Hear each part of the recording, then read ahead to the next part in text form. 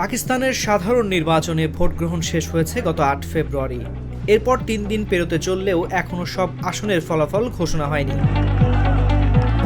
প্রাথমিক ফলাফলে দেখা যাচ্ছে ইমরান খানের সমর্থক স্বতন্ত্র প্রার্থীরাই সবচেয়ে বেশি আসনে জয় পেয়েছেন, কিন্তু সেটি সরকার গঠনের জন্য যথেষ্ট নয়। তাছাড়া কোনো দলের পতাকা তলে না আসলে সংরক্ষিত আসন পাওয়া কিংবা পার্লামেন্টে বিরোধী দল হওয়ার সুযোগও হারাবেন পিটিআই সমর্থিত স্বতন্ত্র প্রার্থীরা।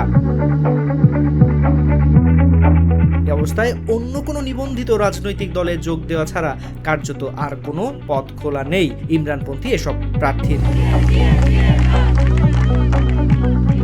সেটি বুঝে এরই মধ্যে মজলিস ওয়াহদাত-ই-মুসলিমিন নামে একটি দলের সঙ্গে সমঝোতা করে ফেলেছে পাকিস্তান তেহরিক-ই-ইনসাফ। দলটির মুখপাত্র রউফ হাসান এ তথ্য নিশ্চিত করেছেন। জিও নিউজের সঙ্গে আলাপকালে রউফ জানিয়েছেন তারা পাঞ্জাবের সরকার গঠনের চেষ্টা করবেন। এছাড়া খাইবার পাখতুনখোয়ায় সরকার গঠনের মতো সংখ্যাগরিষ্ঠতাও দলটির রয়েছে বলে দাবি করেছেন তিনি। পিটিআই এর কাছ থেকে অন্তত ৭টি আসন ছিনিয়ে নেওয়া হয়েছে বলে অভিযোগ করে রউফ হাসান বলেন, এ বিষয়ে নির্বাচনী ট্রাইব্যুনাল এমনকি প্রয়োজনে আদালতে যাবে পিটিআই। পাকিস্তানের জাতীয় পরিষদের মোট আসন সংখ্যা ৩৩৬টি, এর মধ্যে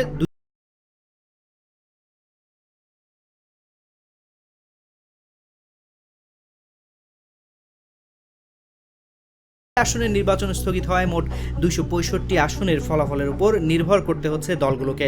নির্বাচনে বিজয়ী হতে অন্তত ১৩৪টি আসন পেতে হবে তাদের।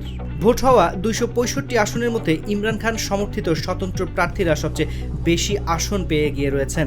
তারা জিতেছেন ৯৩ আসনে। এরপর ৭৩টি আসনে জিতে রয়েছেন নওয়াজ শরীফের মুসলিম লীগ। ৫৪ আসনে জিতে তৃতীয় স্থানে রয়েছে বিলাওয়ার ভুট্টোর জারদারির দল পিটিআই। পিটিআইয়ের সঙ্গে সমঝোতা করা এমডব্লিউএম জিতেছে মাত্র ১টি আসনে। পাকিস্তানের সংবিধান অনুযায়ী স্বতন্ত্ররা ৩ দিনের মধ্যে যে কোনো দলে যোগ দিয়ে সরকার বা বিরোধী দল গঠনে ভূমিকা রাখতে পারবেন। বিজয়ী ইমরানপন্থী স্বতন্ত্র প্রার্থীরা এমডব্লিউএম এর ছাতার নিচে জড়ো হয়ে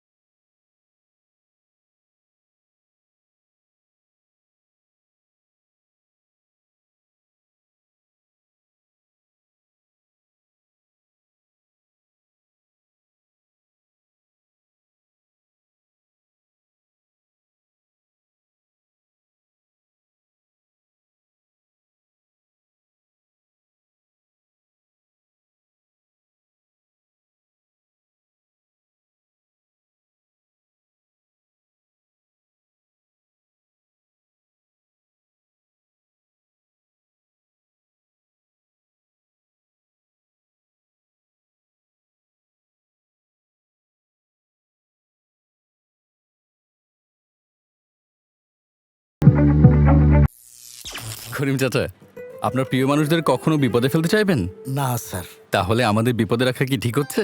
এজন্যই বিজলি কেবলস সবচেয়ে ভালো ও নিরাপদ। ফ্লেম রিটার্ডেন্ট পিভিসি দিয়ে তৈরি বিজলি কেবলস, নিরাপদ আজীবন।